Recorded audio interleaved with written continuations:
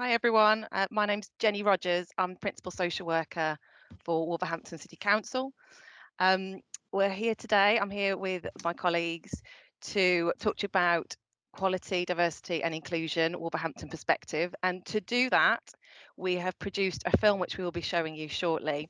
And it features people who work at the council and also people with lived experience and young people with lived experience who want to share their views and also share with you the journey that we've started to go on in Wolverhampton.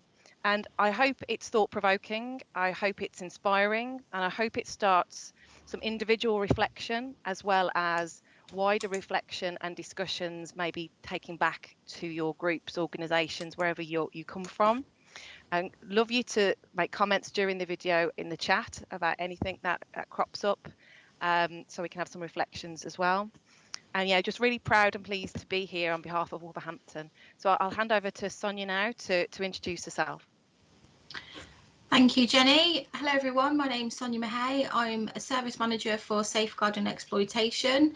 There will be an opportunity at the end for reflections and questions, so please do pop any in the chat or raise your hands at the end. Rachel, I believe you're on standby if you're able now to play the video for us. Thank you.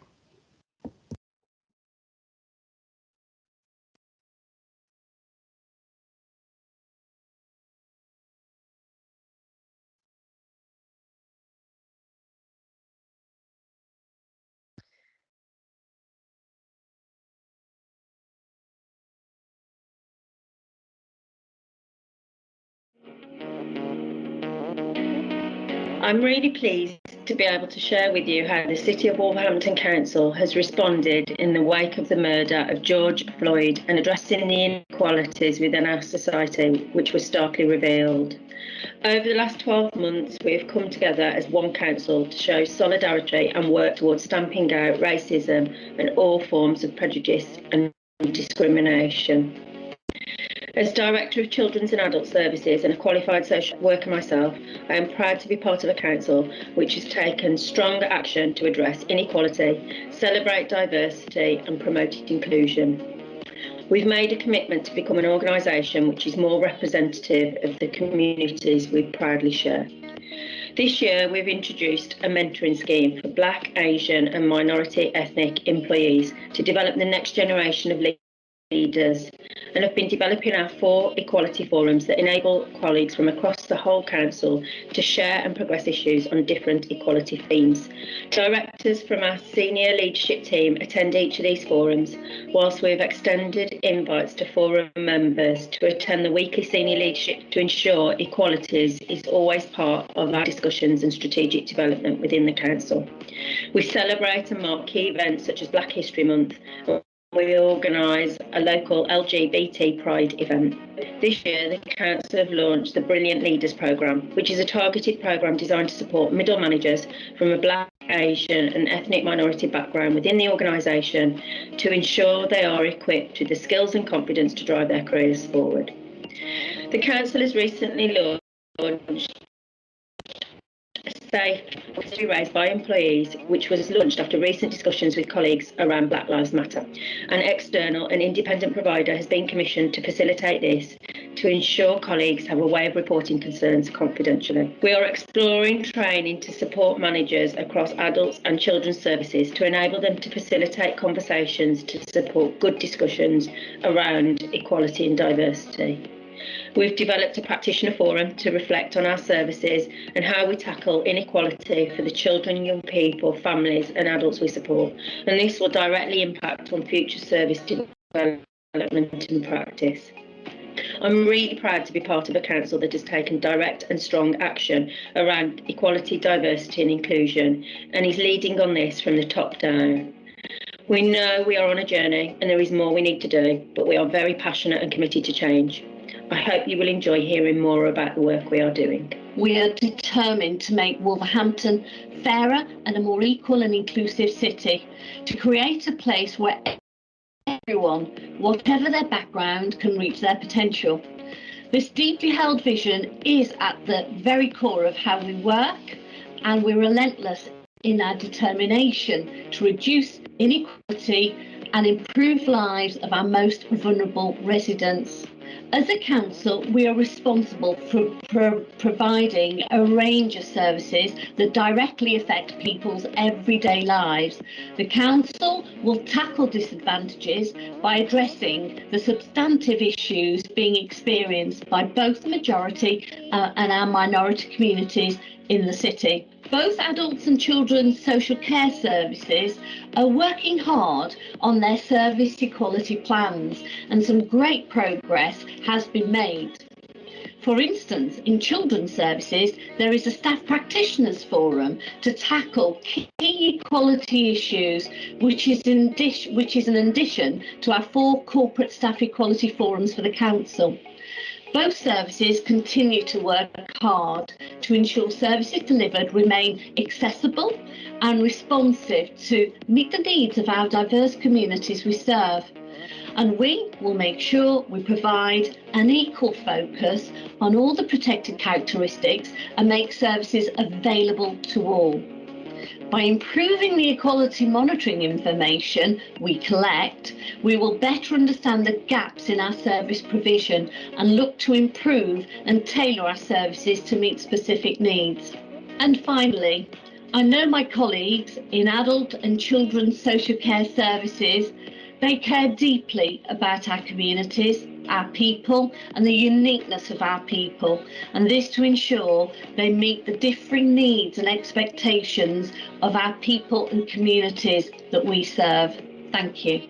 For me, when I think about equality and diversity and inclusion, I really think about how the people that we work with are often ostracised from society a little bit, and how important it is that we help them to connect back into their communities and have the same sense of belonging and purpose that we all take for granted sometimes. I think as well, when we think about like the protected characteristics, we often work with people who might fall within those categories.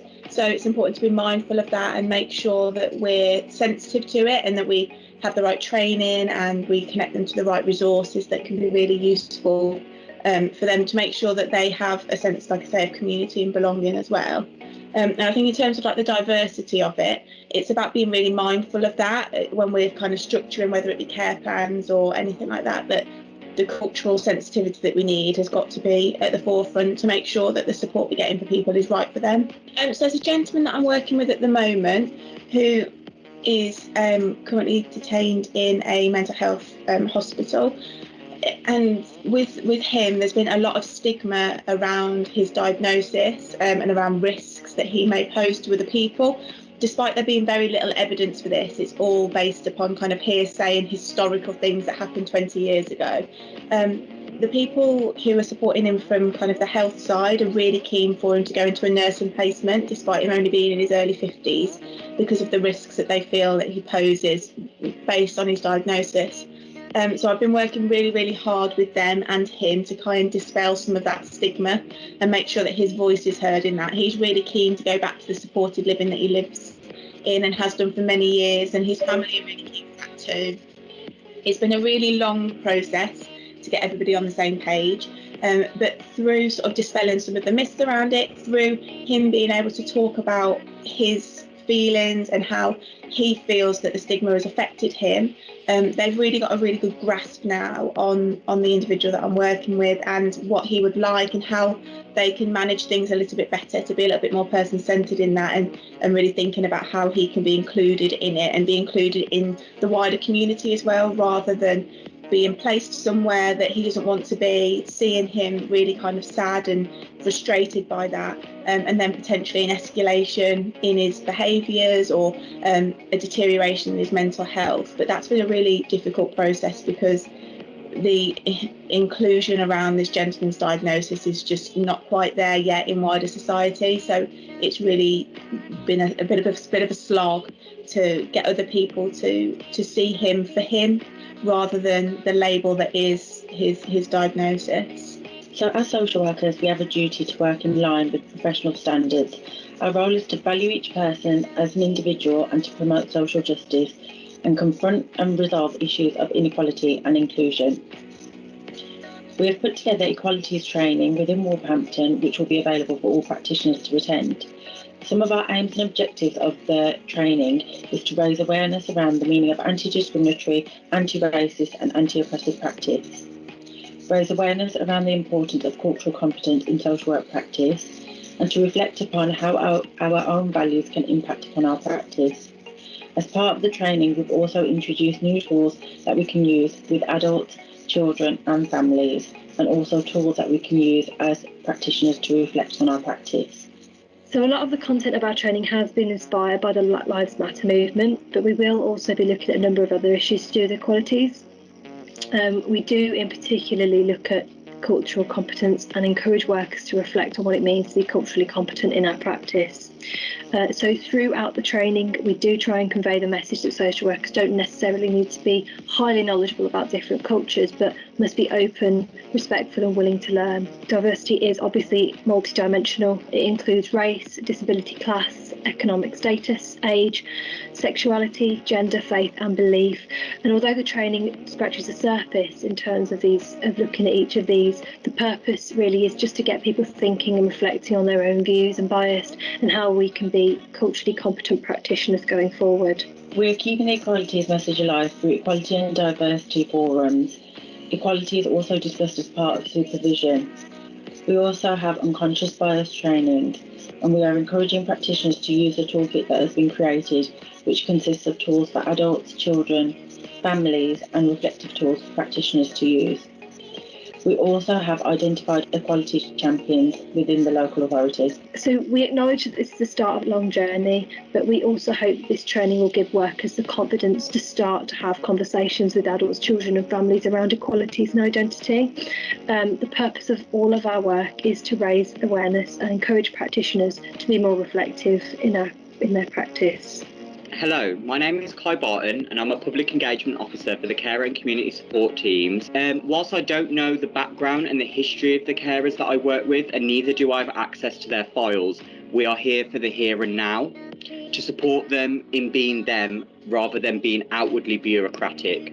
We don't make it apparent that they are seeking support, we come from a personal level. One of the first projects we undertook as Public Engagement Officers when we entered the role was setting up some engagement groups with the aim of providing a safe place where carers can take a break from their caring role to be social and have fun time. Due to the pandemic, these sessions are having to be run virtually via Zoom. As part of the Council's battle with digital exclusion, we decided to combine the both, using the carers group to reach residents who are digitally excluded and support them to access digital technology, whether this be through supplying devices and the internet or providing tutorials to support the residents to access the internet they may already have, ensuring a better connected city. I also noted that due to digital exclusion, many residents in Wolverhampton were missing out on the promotional material produced in the quarterly bulletin. So we redesigned it to be more health and well-being focused rather than information heavy, and redistributed the bulletin both online and by post to reach those historically hard to reach residents.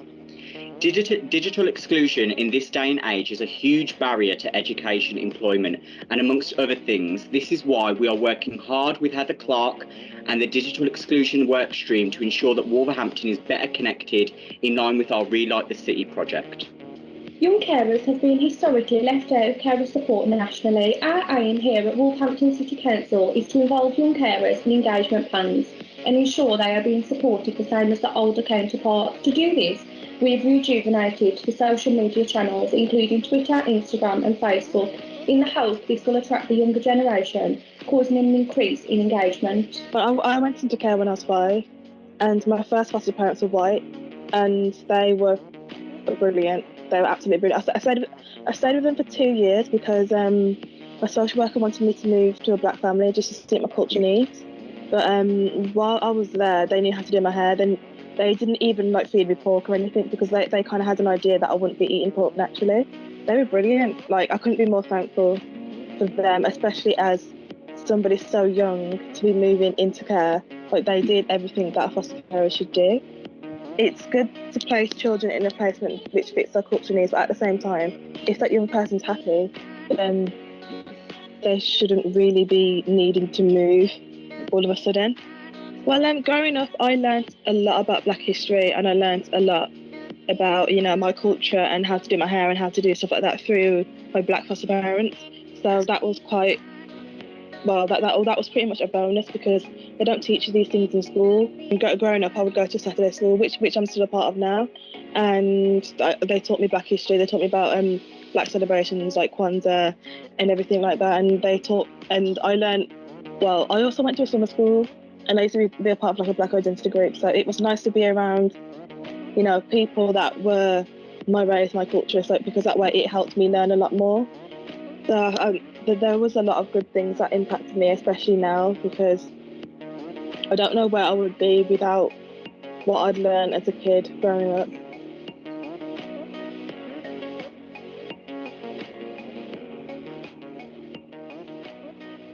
No, I'm not okay. It's times like this you reflect on what you've already been through. And for so many of you, you really don't have a clue. Growing up in Tipton at the age of 11, I was reminded that I wasn't welcome here. You packy, you monkey. I hate you. Certain areas I wouldn't go near. It's growing up on the same street as the B&P man and being stared out like I wasn't allowed, like I had a street ban.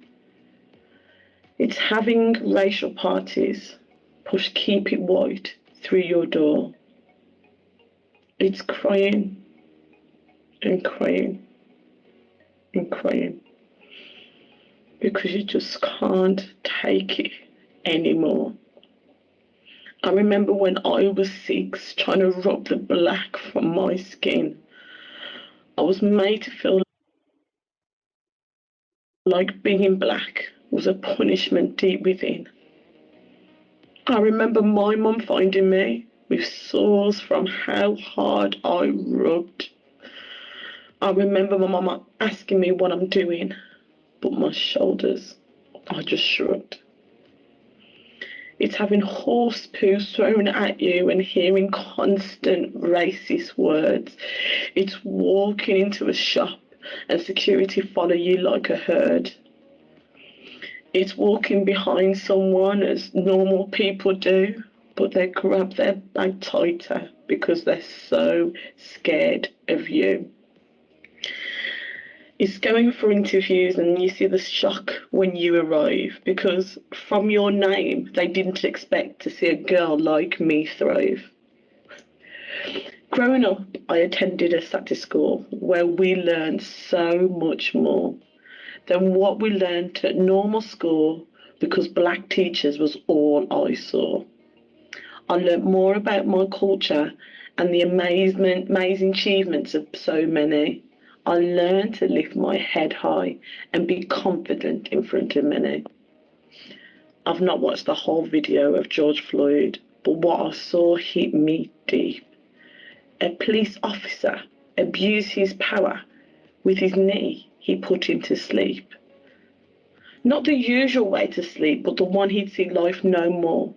I pray God's angels and his mum welcomed him as he knocked on heaven's door. A grown man crying out, "Officer, I can't breathe." The thought of someone kneeling on your neck just makes me want to heave. It's okay that I'm not okay. It certainly isn't the first time. It's easier for me to shrug it off and tell you I'm just fine. It's hard to really understand what it is I'm going through. But I hope that you can see that it's not me, it's the racist inside you. Hi, my name's Ellie and I'm a mixed race girl. In fact, I'm 3/4 black and 1/4 white. I remember saying to my parents in the car when I was little, "Mom, Dad, why am I black? Why is my hair so curly and why can't it be straight? And why can't I be white like my friends?"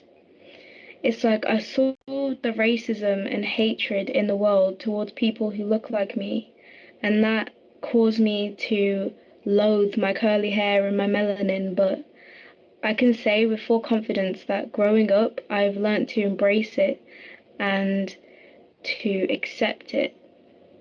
And I just want to let other mixed race and black people out there know that your skin colour is not an imperfection. Your hair, it's not a bad thing, it's beautiful, and you shouldn't change it for anyone else or to fit into anyone else's standards, because you are you, and you should embrace it, love yourself, and keep doing what you do, and stay strong. Hey black child, do you know who you are? Who you really are? Do you know you can be what you want to be if you try to be what you can be? Hey black child, do you know you're strong? I mean, you're really strong. Do you know you can learn what you want to learn if you try to learn what you can learn? Hey black child, do you know where you're going? I mean, where you're really going?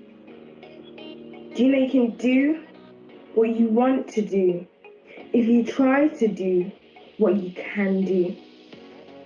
Hey black child, be what you can be, learn what you must learn, do what you can do, and tomorrow your nation will be what you want it to be. Speaking equality, genies need not apply. It is the child able to express their views and wishes. Pupil-coloured circles demand an answer, yes, no. Perplexity is still my hand. Such a simple question, yes, no. Your voice is shackled inside a body that just won't listen. Words may free themselves, mangled, half-formed.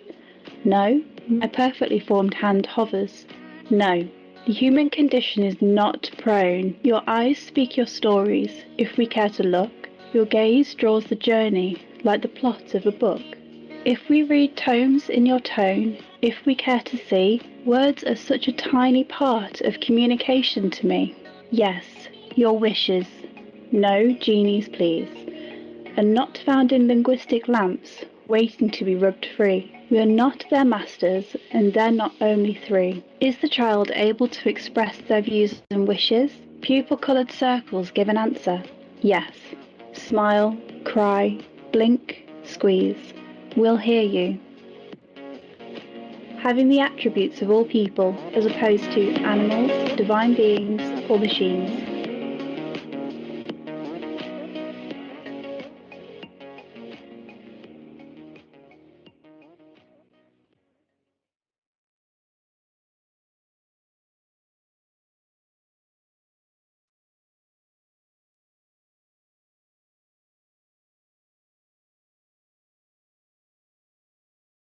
Okay, I really hope you've enjoyed that video. There's been a lot of comments and questions in the chat.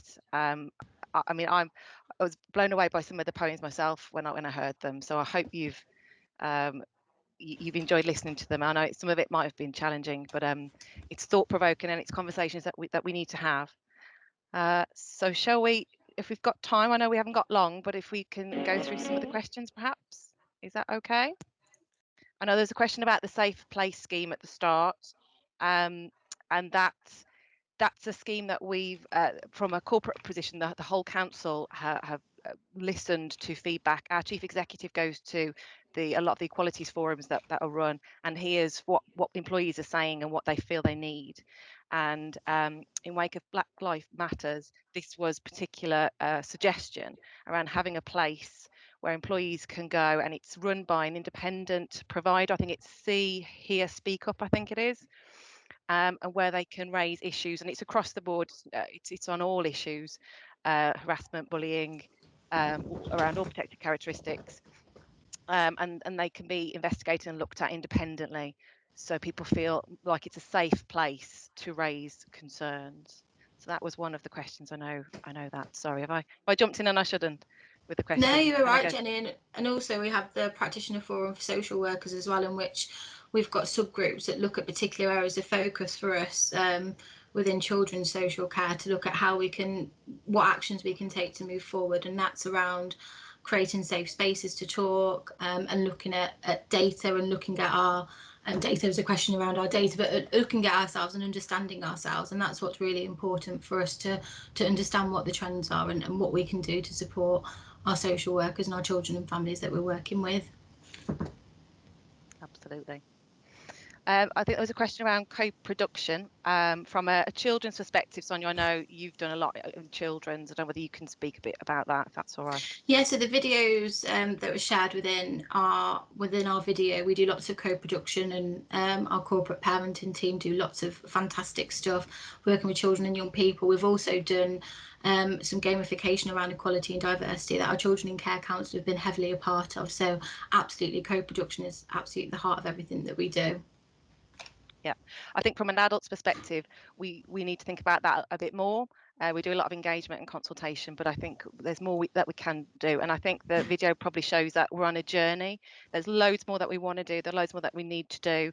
But I think we've got off to a good start. I'm hoping you agree. But there is more that we need to do, definitely. And absolutely, I think there's a conversation about sort of funding and stuff, but we have as the support from the chief exec and all of our senior leaders. So, you know, we can be really open and honest about what support we need and what training we need in the future. So, yeah. Just in terms of, I picked one with a question about mental health issues. We've got a fantastic mental health team in Wolverhampton who do an amazing job, and they support. They're very person centered. So somebody talked about person centered planning. Absolutely, the heart of what we do. We do something called 3 conversations in adults in Wolverhampton, and we do restorative practice. We across children's. So it's very much about the person, the young person, the child, the centre of everything we do. Aspirational, strength based. So absolutely, it's not about the label of a condition or a disability. It's about the person, the individual, and who they are. What matters to them is crucial to us. So I hope that answers some of those questions. I don't know whether I think you've done amazing. You've done amazingly in a short amount of time. You've whizzed through those questions. So thank you so much. We are going to have to tie it up then. I'm conscious of people's time. But thank you. What a powerful video. So many emphatic comments. And we've got a feedback survey that Claudia's just posted in the chat for you there to fill out, so we can get some feedback for these guys and for Social Work Week. And I'm sure if you're willing to share your contact details, if people have got more questions, if you could pop them in the chat, that would be great as we're wrapping up. People will have access to this chat afterwards as well. So we'll do that now. But thank you so much. And just to remember that you can record this as CPD, reflect on it if you're a social worker, and please do come to more sessions at Social Work Week. The keynote speeches and the network lunches have got plenty of places, so do come along to them still and join us and watch stuff back on YouTube afterwards. So thank you so much. Thanks Jenny and Sonia, and Rachel, the tech whiz. So thanks ever so much, everybody. Bye. Enjoy your afternoon. Bye.